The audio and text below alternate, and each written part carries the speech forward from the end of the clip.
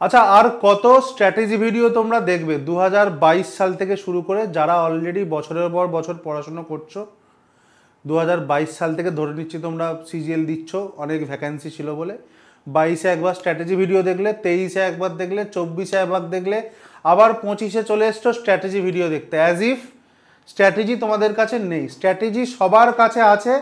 Strategy video দেখে যাচ্ছ, বছরের পর বছর পড়াশোনা করে যাচ্ছ, পাস হচ্ছে না, কোয়ালিফাই হচ্ছে না, আবার পরের বছরের জন্য পড়ছো, আবার স্ট্র্যাটেজি ভিডিও দেখতে চলে এসছো। কেন এসছো স্ট্র্যাটেজি ভিডিও দেখতে?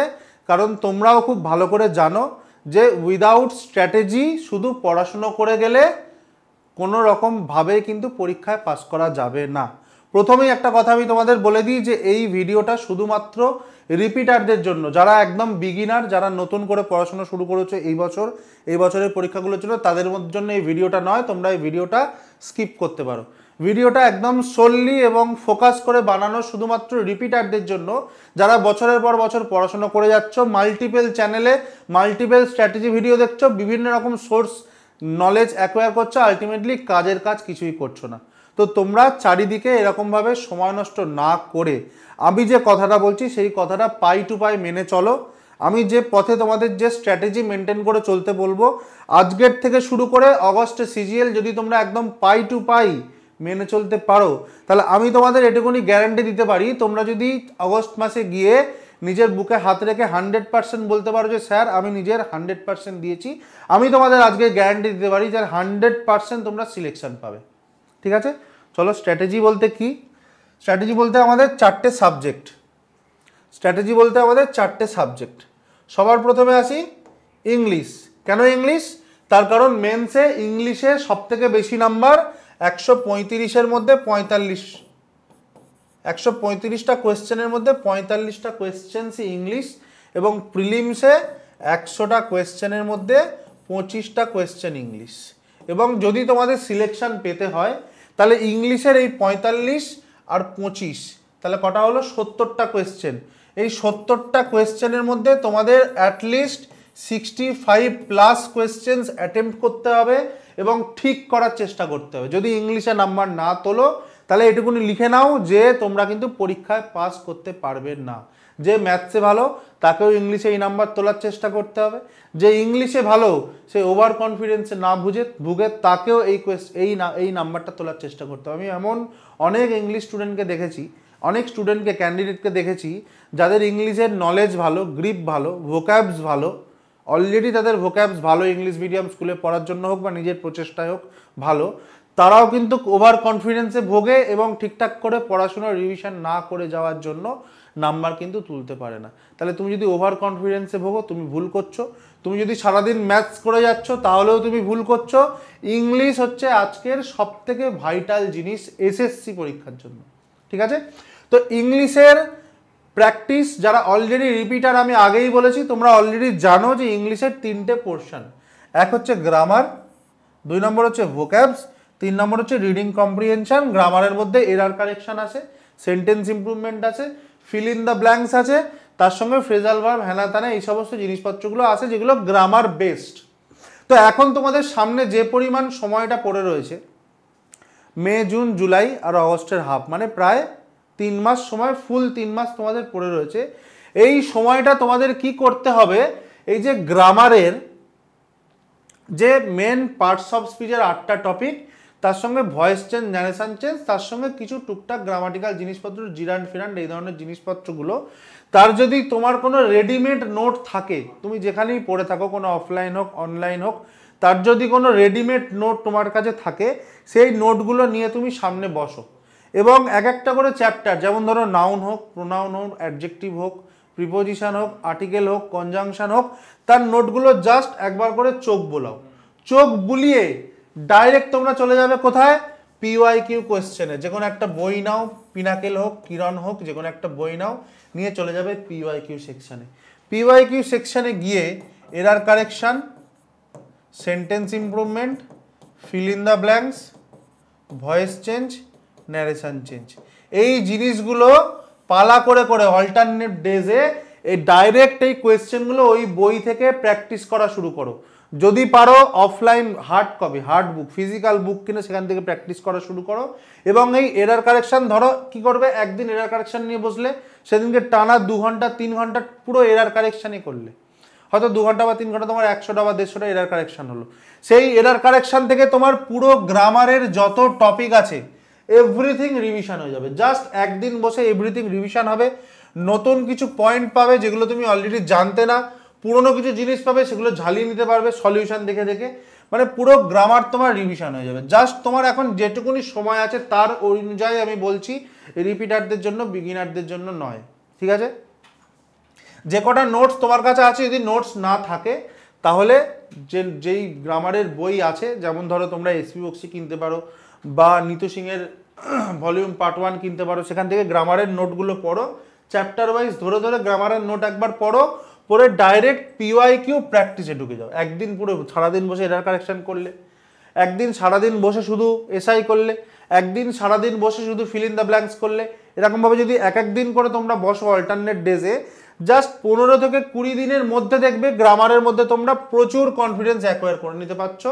এবং টানা যদি 2 মাস এই প্র্যাকটিসটা চালিয়ে যাও, তাহলে দেখবে গ্রামারের থেকে তোমার কিন্তু একটাও কোয়েশ্চেন, একটাও এরার কারেকশন, একটাও সেন্টেন্স ইমপ্রুভমেন্ট, একটাও ফিল ইন দ্য ব্ল্যাঙ্কস আর ভয়েস ন্যারেশন তো সোজাই ছাড়ছো না। একদম ছাকা নাম্বার। গ্রামারে যদি 25টা কোয়েশ্চেনের মধ্যে 12টা কোয়েশ্চেন গ্রামার আসে তো 12 নাম্বারই পাবে, শুধুমাত্র যদি এই ফর্মুলা বা স্ট্র্যাটেজি অ্যাপ্লাই করো। কোথাও পড়ার দরকার নেই, বাড়িতে বসে শুধু এই কাজ করো, ঠিক আছে? 2 নম্বর জিনিস ভোক্যাবস। এবার এই ভোক্যাবস পোর্শনটা এমন একটা জিনিস না, তুমি যদি ভোক্যাবস ঠিকঠাকভাবে না পড়ো তাহলে কিন্তু ভোক্যাবস কমন পাবে না। ঠিকঠাকভাবে যদি স্ট্র্যাটেজি ওয়াইজ ভোক্যাব পড়ো তাহলে কিন্তু ভোক্যাবস 100% কমন পাবে। কি স্ট্র্যাটেজি? ধরো একটা ওয়ান ওয়ার্ড পড়ছো বা একটা ইডিয়মস পড়ছো বা একটা সিনোনিম পড়ছো, তাহলে তোমরা যখন পড়ছো কি করছো, যে কোয়েশ্চেনটা সিনোনিমে দিয়েছে, যে ওয়ার্ডটা দিয়েছে, শুধু তার মিনিং পড়ছো, আনসার দেখছো, বেরিয়ে যাচ্ছ। এইখানেই তোমাদের ভুল। তার কারণ তুমি জানো না যে ওই সিনোনিমটার বাকি যে 3টে অপশান দেওয়া রয়েছে ওই অপশানগুলো পরের কোয়েশ্চেনে আসতে চলেছে। তাহলে একটা সিনোনিমের কোয়েশ্চেন্স মানে তুমি 5টা ওয়ার্ডের মানে শিখবে। একটা ওয়ান ওয়ার্ড বা ইডিয়মের কোয়েশ্চেন মানে 5টা ওয়ার্ডের মানে শিখবে। তাহলে তোমাদের কি করতে হবে ভোক্যাবসের জন্য? তো যদি তোমরা কোনো বাঁধা ধরা নোট থেকে, যেমন এসপি বক্সি বা ব্ল্যাক বুক থেকে অলরেডি ভোকাবুলারি যারা প্রিপেয়ার স্টুডেন্ট তাদের জন্যই বলছি, যে অলরেডি যদি তোমাদের ভোক্যাবস প্র্যাকটিস করা থাকে, মানে পড়া থাকে, one word, idiom, synonyms, antonyms যদি পড়া থাকে তাহলে তো খুব ভালো। সেটাকে একবার জাস্ট চোখ বুলিয়ে রিভিশন দিয়ে নাও। প্রত্যেকদিন সকালে তো তোমাদের ইংলিশ নিয়ে বসতেই হবে, 2 ঘন্টা 3 ঘন্টা তো ইংলিশ পড়তেই হবে, তার মধ্যে 1 ঘন্টা রাখো ওই ভোক্যাবস রিভিশনের জন্য, ঠিক আছে? ভোক্যাবসগুলো একটু রিভিশন দিয়ে নাও, দিয়ে ডাইরেক্ট এই পিওয়াইকিউ প্র্যাকটিসে চলে যাও। দেখো তোমরা পারছো কি না। তোমাদের ভোক্যাবস মানে জানলেই হবে না, কোয়েশ্চেনের আনসারগুলো নামাতেও হবে। তাহলে পিওয়াইকিউ থেকে পুরো থরলি একদিন, এরকম যেরকম এরার কারেকশন এসআই ধরেছো সেরকম থরলি একদিন ওয়ান ওয়ার্ড ধরো, একদিন ইডিয়মস ধরো, একদিন সিনোনিমস ধরো, একদিন অ্যান্টোনিমস ধরো, এরকম থরলি ভোকাব প্র্যাকটিস করতে থাকো। এবং যেখানে তোমাদের একটা নিউ ওয়ার্ড পাচ্ছ বলে মনে হচ্ছে সেটার জন্য তোমার আলাদা একটা ভোক্যাবসের খাতা থাকবে। যেমন এখানে আলাদা একটা গ্রামাটিক্যাল রুলসের একটা আলাদা খাতা থাকবে, সেরকম আলাদা একটা ভোক্যাবসের খাতা থাকবে। জলটা দিয়ে দাও। আলাদা একটা সেরকম তোমাদের ভোক্যাবসের খাতা থাকবে। এবং তোমরা যে ভাবছো, পরে আরও ভাববে যে কটা খাতা কিনবো স্যার, একটা গ্রামারের খাতা কিনবো, একটা ভোক্যাবসের খাতা কিনবো। চাকরিটা যখন পাবে তখন 1 লাখ টাকা স্যালারি পাবে, কত হাজার খাতা হবে সেটা হিসাব করে নাও। একটা গ্রামাটিক্যাল রুলসের খাতা রাখবে যেখানে এক্সট্রা রুলসগুলো লিখবে, একটা ভোক্যাবসের খাতা রাখবে যেখানে এক্সট্রা ওয়ার্ডসগুলো লিখবে, এবং পরের পরীক্ষায় বা মক দেওয়ার আগে এইগুলো একবার রিপিট করে নিতে হবে। এবং সবশেষে আছে রিডিং কম্প্রিহেনশন। কম্প্রিহেনশন মানে শুধু প্যাসেজ নয়, এর মধ্যে পিকিউআরএসও আছে, মানে সেন্টেন্স অ্যারেঞ্জমেন্টগুলোও আছে, এর মধ্যে প্যাসেজও আছে, এর মধ্যে ক্লোজ টেস্টও আছে। এবং একটা জিনিস খুব ভালো করে মাথার মধ্যে ঢুকিয়ে নাও যে এই ক্লোজ টেস্ট আর হচ্ছে তোমার পিকিউআরএস মানে সেন্টেন্স রিঅ্যারেঞ্জ, এই জিনিসগুলো কিন্তু ভুল হওয়ার জায়গা সব থেকে বেশি, সব থেকে বেশি। এবং এগুলো তুমি যত বেশি প্র্যাকটিস করবে তত তোমার অ্যাকিউরেসি আসবে। তুমি যদি ডেলি যদি তুমি একটা করে ক্লোজ টেস্টের প্যাসেজ প্র্যাকটিস করো, একটা ক্লোজ টেস্টের প্যাসেজ প্র্যাকটিস করতে কতক্ষণ সময় লাগে বলো? 2 মিনিট সময় লাগবে। ছোট্ট একটা 6-8 লাইনের প্যাসেজ দেবে, তার 5টা অপশান দেবে, একটা যদি ক্লোজ টেস্ট প্র্যাকটিস করো। আর ডেলি যদি তুমি 10টা করে, এগেন কোথা থেকে প্র্যাকটিস করবে, এই পিনাকেল বা কিরণের পিওয়াইকিউ যে বুক আছে সেখান থেকে প্র্যাকটিস করবে। 10টা করে ডেলি যদি পিকিউআরএস প্র্যাকটিস করো, আমি তোমাদের গ্যারান্টি দিয়ে বলছি, যদি তোমরা বলো যে এটা আমি যেটা বলছি সেটা না করে তোমাদের কাজ হচ্ছে না, তাহলে আমি পড়ানো বন্ধ করে দেবো। ডেলি যদি 10টা করে পিকিউআরএস প্র্যাকটিস করো, একটা করে ক্লোজ টেস্ট দাও, 2 মাস পরে গিয়ে দেখবে তোমার এই পিকিউআরএস আর ক্লোজ টেস্টে 10টার মধ্যে 9টা ঠিক হচ্ছে, 10টার মধ্যে 9টা ঠিক হচ্ছে। তাহলে grammar practice, extra rules note করছো, ভোক্যাবস যেগুলো অলরেডি পড়েছো সেগুলো রিভিশন দিচ্ছ, পিওয়াইকিউ থেকে চেক করে নিচ্ছ সব কিছু পাচ্ছ কিনা, এবং থরলি প্রত্যেকটা অপশান ডিটেলে স্টাডি করছো। আর 3 নম্বর জিনিস, এই কম্প্রিহেনশন রিডিংয়ের জন্য ডেলি প্র্যাকটিস করছো, এবং দিনের মধ্যে একটা সময় অন্তত অবশ্যই রাখবে যেটা তোমরা একটা সেকশনাল ইংলিশের কোয়েশ্চেন দেবে। সেকশনাল ইংলিশের কোয়েশ্চেন মানে 25টা কোয়েশ্চেন বা 45টা কোয়েশ্চেন, মিনিটে 3টে করে বা 4টে করে কোয়েশ্চেন আমরা টাইম অনুযায়ী ধরি। কতক্ষণ সময় লাগবে? একটা প্রিলিমসের সেট দিতে লাগবে 8 মিনিট, একটা মেন্সের সেট দিতে লাগবে ম্যাক্সিমাম 12 থেকে 15 মিনিট। ঠিক আছে? তো এই হলো ইংলিশ। এই পদ্ধতি তোমরা পড়াশোনা করো, আশা করি যে ইংলিশ কিন্তু তোমাদের ফেরাবে না, সমস্ত সাবজেক্ট ফেরাবে কিন্তু ইংলিশ ফেরাবে না, এবং সবথেকে বেশি আমাদের কাট অফ ক্লিয়ারের জন্য ডিপেন্ড করতে হবে ইংলিশের জন্য। ঠিক আছে? নেক্সট জিনিস কি আসছে? নেক্সট জিনিস হচ্ছে maths, which is very interesting, এবং ম্যাথসে 100% নাম্বার তোলা বিশাল কঠিন কোনো ব্যাপার নয়। কি পদ্ধতি ফলো করবে? সবার প্রথম আসছি, যারা হচ্ছে রিপিটার্স, মানে অলরেডি পরীক্ষা দিচ্ছ তাদের জন্যই বলছি, শুধুমাত্র বিগিনার্সদের জন্য নয়। তোমরা অলরেডি একটা যে সেট দিচ্ছ, মেন্সের সেট দিচ্ছ বা প্রিলিমসের সেট দিচ্ছ 25টা বা 30টার মধ্যে তোমরা দেখতে পাচ্ছ যে 22টা বা 23টা বা 21টা কোয়েশ্চেন হচ্ছে। তাহলে 9টা থেকে 10টা কোয়েশ্চেন হচ্ছে না। কেন কোয়েশ্চেন হচ্ছে না? তার কারণ তোমরা অ্যারিথমেটিকের বা অ্যাডভান্স ম্যাথসের ফুল সিলেবাসটা তোমাদের কভার করা নেই, কনসেপ্ট ক্লিয়ার করা নেই। হয়তো পলিগনের কোয়েশ্চেন দিয়েছে, একটা পলিগন, ডায়াগোনালের ফর্মুলাটা মনে পড়ছে না, বা সাম অফ ইন্টারনাল ট্রায়াঙ্গেলসের ফর্মুলা, ইন্টারনাল অ্যাঙ্গেলসের ফর্মুলাটা মনে পড়ছে না, তাহলে কি করে অঙ্কটা করতে পারবে? ধরো এটা মেনসুরেশনের কোয়েশ্চেন দিয়েছে, ঠিক আছে, তো তোমাদের মেনসুরেশনের কোনো একটা ফর্মুলা তোমার মনে পড়ছে না, তাহলে কি করে হবে? অ্যাডভান্স ম্যাথসের এখন কি হয়, 2 ধরনের ক্যাটাগরির কোয়েশ্চেন থাকে।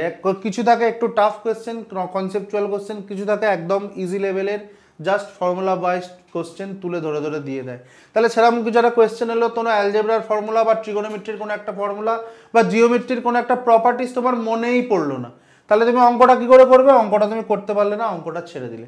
তাহলে সবার প্রথম 1 নম্বর জিনিস দরকার যে একদম অ্যারিথমেটিক বলো বা অ্যাডভান্স ম্যাথ বলো, সিলেবাস ধরে ধরে ফুল সিলেবাস কভার করা, ফুল সিলেবাস, প্রত্যেকটা টপিক, প্রত্যেকটা টাইপের কোয়েশ্চেন্স ধরে ধরে কভার করা, যাতে পরীক্ষার হলে গিয়ে এমন না হয় যে কোনো করা জিনিস আমার মনে পড়ছে না, বা সিলেবাসে ভালোভাবে আছে কিন্তু আমি জিনিসটা করতে পারছি না কারণ আমি ওই জিনিসটা বাড়ি থেকে দেখে যাইনি। ঠিক আছে? ফুল সিলেবাস প্রত্যেকটা চ্যাপ্টারের, প্রত্যেকটা টাইপের ধরে ধরে কমপ্লিট করা, এবং শুনতে যতটা সোজা লাগছে বা দেখতে যতটা ছোট লাগছে, কাজটা কিন্তু ছোট নয়, কিন্তু তোমাদের চাকরিটাও ছোট নয়, এবং যারা অলরেডি প্রিপেয়ার্ড স্টুডেন্ট বা ক্যান্ডিডেট তাদেরও জন্য টাইমটা যেটা বাকি আছে সেটাও কিন্তু এখনো অনেক টাইম বাকি আছে, 3 মাস 3.5 মাস সময়, মানে অনেকটা সময়।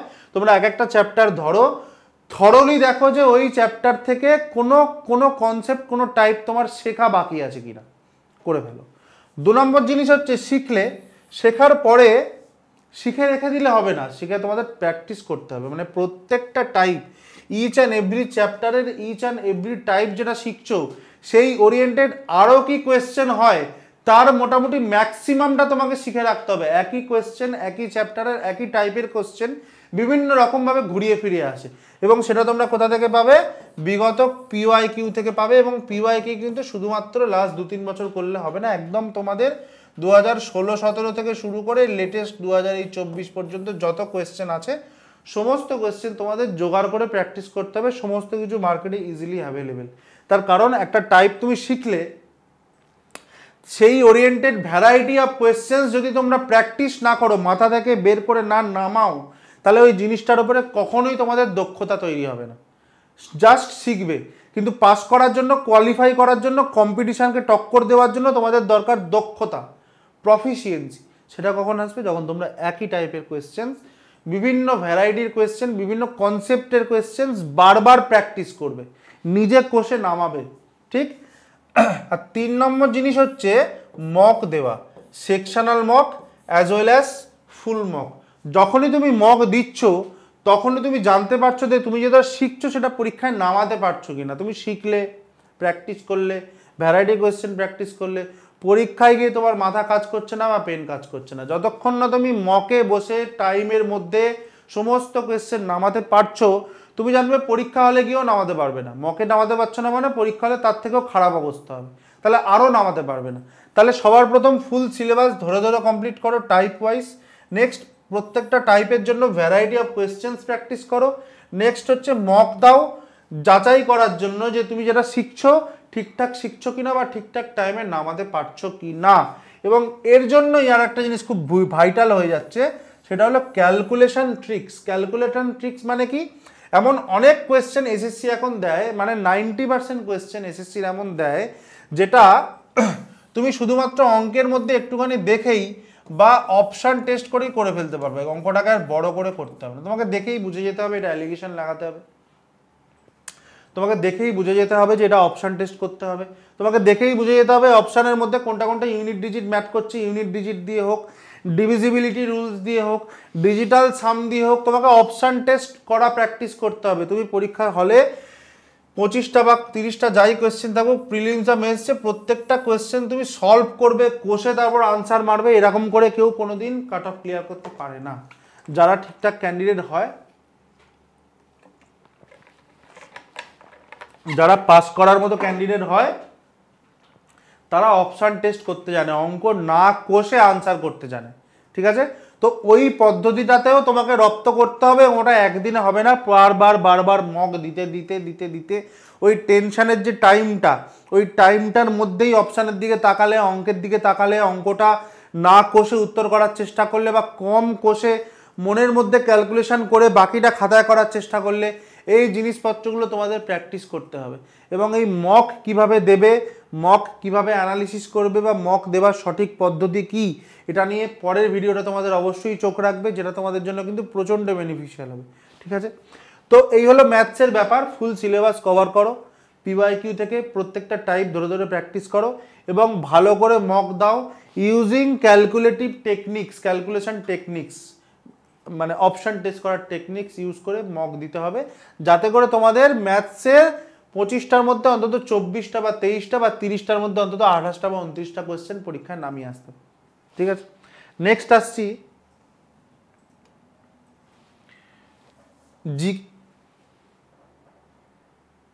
জেনারেল নলেজে।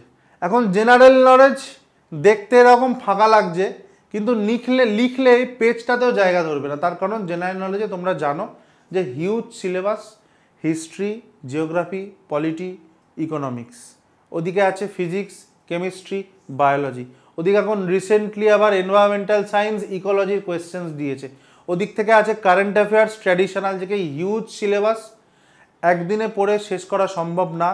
যারা রিপিটার্স তাদের জন্যই ভিডিও। তো আমি ধরে নিচ্ছি তোমরা অলরেডি কত বছর পরীক্ষা পর্যন্ত বা এবছর পর্যন্ত প্রত্যেকটা সাবজেক্টের জিনিস, হিস্ট্রি হোক, জিওগ্রাফি হোক, পলিটি হোক, ইকোনমিক্স হোক বা সায়েন্স গ্রুপ হোক, প্রত্যেকটা চ্যাপ্টার ধরে ধরে তোমরা অলরেডি পড়েছো এবং অলরেডি তোমরা রিভিশন দিচ্ছ। এখন তোমাদের কাজ হচ্ছে যে ইম্পর্টেন্ট যে চ্যাপ্টারগুলো আছে, যেমন তোমরা মক দিতে দিতে অলরেডি বুঝতে পেরেছো যে কোন কোন চ্যাপ্টারগুলো ইম্পর্টেন্ট আছে, সেই ইম্পর্টেন্ট চ্যাপ্টারগুলো তোমরা রাইট ডাউন করো, এরকম সাবজেক্ট ওয়াইজ রাইট ডাউন করো।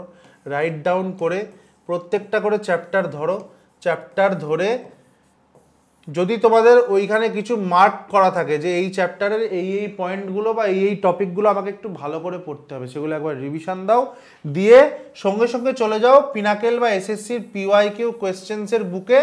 এই পিওয়াইকিউ কোয়েশ্চেন্স থেকে ওই চ্যাপ্টারের উপর সমস্ত কোয়েশ্চেন ঝালিয়ে নাও। আরেকটু বেশি প্রিপারেশান নিতে চাও যাতে তোমাদের কোনো কোয়েশ্চেন না অধরা থাকে, তাহলে তোমরা এসএসসির পিওয়াইকিউ কমপ্লিট করার পরে ডাব্লিউবিসিএস এর যে মেন্সের কোয়েশ্চেন্স এতদিন হলো যেগুলো এমসিকিউ ছিল, অথবা ইউপিএসসি প্রিলিমসের কোয়েশ্চেন, ইউপিএসসি প্রিলিমসের কোয়েশ্চেন থেকেই প্রচুর ডাব্লিউবিসিএস মেন্সের কোয়েশ্চেন্স টুকে দেয়। তো এই ইউপিএসসি প্রিলিমসের এমসিকিউ কোয়েশ্চেন্স বা ডাব্লিউবিসিএস মেন্সের এমসিকিউ কোয়েশ্চেন্স তোমরা নিজেদেরকে ঝালাই করতে পারো যে আমাদের ঠিকঠাক প্রিপারেশন হয় কিনা। যে কোয়েশ্চেনগুলো এসএসসি জানবে অপশান বেস দিচ্ছে বা কনফিউজিং কোয়েশ্চেন দিচ্ছে, হাই ডিপ কনসেপ্টের দিচ্ছে, সেগুলো জানবে ডাব্লিউবিসিএস মেন্স থেকে দিচ্ছে অথবা ইউপিএসসি প্রিলিমস থেকে দিচ্ছে। তাহলে তোমরা লাস্ট কয়েক বছরের ডাব্লিউবিসিএস মেন্সের সাবজেক্ট ওয়াইজ কোয়েশ্চেন বা প্রিলিমসের কোয়েশ্চেন যদি প্র্যাকটিস করে নিতে পারো, তাহলে তোমাদের কি হবে, একদম প্রত্যেকটা সাবজেক্টের প্রত্যেকটা চ্যাপ্টার ফুল প্রিপারেশন হবে। জিকের জন্য কি কি বুক তোমরা কিনতে পারো, এক নম্বর হচ্ছে যেটা লুসেন্টের জেনারেল নলেজ ডেসক্রিপটিভ যে বুকটা ইয়েলো কালারের, এটা হচ্ছে জিকের বাইবেল। এখান থেকে যদি তোমরা প্রত্যেকটা সাবজেক্ট পড়ো তাহলে মোর দ্যান 50% কোয়েশ্চেন্স কমন পাবে, এটুকুনি গ্যারান্টি। এছাড়া যদি তোমরা বলো যে লুসেন্ট আমার পড়তে ইচ্ছা করে না, তাহলে তোমরা কি করতে পারো, এনসিইআরটির বই থেকে প্রত্যেকটা সাবজেক্ট ধরে ধরে পড়তে পারো। এনসিইআরটির বই থেকে কিন্তু কোয়েশ্চেন যদি তোমরা থরলি পড়ো, ডেসক্রিপটিভ বইতে পড়ো, তাহলে কিন্তু সমস্ত কিছু তোমরা এখান থেকে কমন পাওয়ার আশা আছে। ঠিক আছে, তাহলে জিকে তোমাদের কি করতে হবে, প্রত্যেকটা সাবজেক্ট খুব ইম্পর্টেন্ট, এবং এটা খুব প্যাথেটিক, খুব ট্র্যাজিক, দুঃখের ব্যাপার যে মাত্র 25টা কোয়েশ্চেনের জন্য প্রিলিমসে 25টা, মেন্সে 25টা, 10টা সাবজেক্ট পড়তে হয়। কিন্তু কিছু করার নেই, সবাই পড়ছে, তোমাদেরকেও পড়তে হবে সাবজেক্টগুলো ধরে ধরে। জিকেতে কিন্তু একটা জিনিস মাথায় রাখবে, যদি 60-70% নাম্বার জিকেতে না তুলতে পারো তাহলে কিন্তু খুব মুশকিল, কাট অফ ক্লিয়ার করা কিন্তু খুব মুশকিল। ঠিক আছে, রিজনিংয়ের জন্য one and only most important হচ্ছে প্র্যাকটিস। আমি এর আগে বহুবার বলেছি, আবারও বলছি, রিজনিংয়ের জন্য ওয়ান অ্যান্ড অনলি থিং হচ্ছে প্র্যাকটিস। একটা পিওয়াইকিউ এর বই কিনে নাও, পিনাকেল বা কিরণ, তোমরা তো অলরেডি কিনতে হবে, ইংলিশের জন্য হোক জিকের জন্য কিনতে হবে, একটা পিওয়াইকিউ এর বই কিনে নাও এবং প্রত্যেক দিন একটা করে রিজনিং প্র্যাকটিস করো, অথবা যদি তোমাদের টেক্সট বুক বা পিনাকেলের সাবস্ক্রিপশন থাকে সেখান থেকেও দিতে পারো। তোমরা যদি প্রত্যেক দিন একটা করে রিজনিংয়ের সেট প্র্যাকটিস দেওয়া শুরু করো, 1 থেকে 20 নম্বর সেট, তাহলে এই 20টা সেট প্র্যাকটিস করে এবং তার সলিউশন থেকে অ্যানালিসিস করে তোমাদের আমি এটুকুনি গ্যারান্টি দিতে পারি যে রিজনিংয়ের 70 থেকে 80% জিনিস তোমাদের শেখা হয়ে যাবে। এর জন্য আলাদা করে কোনো ক্লাস করতে লাগে না, আলাদা করে কোথাও পড়তে লাগে না, আলাদা করে কিছু শিখতে লাগে না, জাস্ট প্র্যাকটিস করবে, অ্যানালিসিস করবে, এতে তোমাদের 70 থেকে 80% রিজনিং কমপ্লিট হয়ে যাবে।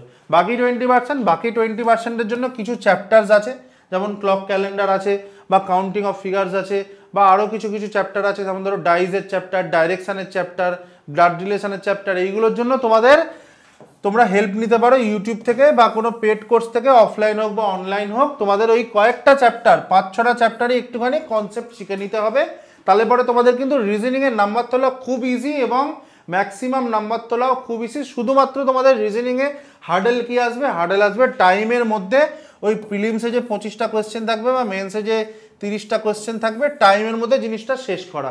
এবং এই টাইমের মধ্যে জিনিসটা সেট করার জন্য একটাই জিনিস, সেটা হলো শুধু প্র্যাকটিস করে তোমাদের রোজ নতুন রিজনিং শেখা হচ্ছে, এবং অ্যাজ ওয়েল অ্যাজ টাইমের মধ্যে যাতে কমপ্লিট করতে পারছো সেটাও হচ্ছে। শুধুমাত্র কয়েকটা জিনিস তোমাদের নতুন যে চ্যাপ্টার্সগুলো আছে তার কনসেপ্টগুলো একটু শিখে নিতে হবে। ঠিক আছে, তো এই হলো টোটাল গল্প। এছাড়া last and not the least, যেটা হচ্ছে মোস্ট ইম্পর্টেন্ট, যে মক অ্যান্ড অ্যানালিসিস। এবং মক আর অ্যানালিসিসের জন্য এটা এত শর্টে হবে না, এটা হচ্ছে মোস্ট ইম্পর্টেন্ট। তুমি যদি পড়ো, কি পড়লে কি না পড়লে, সারা বছর কতটা পড়লে, সেটা কিছু ম্যাটার করে না, যদি না তুমি ঠিকঠাক স্ট্র্যাটেজি মেনটেন করে মক দাও, মকের অ্যানালিসিস করো। তো এই কীভাবে অথেন্টিক এবং সায়েন্টিফিক পদ্ধতিতে তোমরা মক দেবে বা পরীক্ষার হলে এক্সাম দেবে এবং সেটাই মক দিয়ে প্র্যাকটিস করবে, কিভাবে এক্সাম হল প্যানিকটাকে নিজেকে সরাবে, কিভাবে তোমরা ম্যাক্সিমাম নাম্বার মকে অ্যাটেম্প্ট করবে, কিভাবে কোনো একটা প্রতিকূল পরিস্থিতিকে ওভারকাম করে পরীক্ষা দেবে, এবং কিভাবে বাড়িতে মক দেওয়ার পরে অ্যানালিসিস করবে, অ্যানালিসিস করার সঠিক পদ্ধতি কী, এই সমস্ত কিছু জিনিসপত্র তোমাদের আমি পরের ভিডিওতে বলবো, এবং ওটা দেখার জন্য অবশ্যই তোমরা পরের ভিডিওর জন্য ওয়েট করো।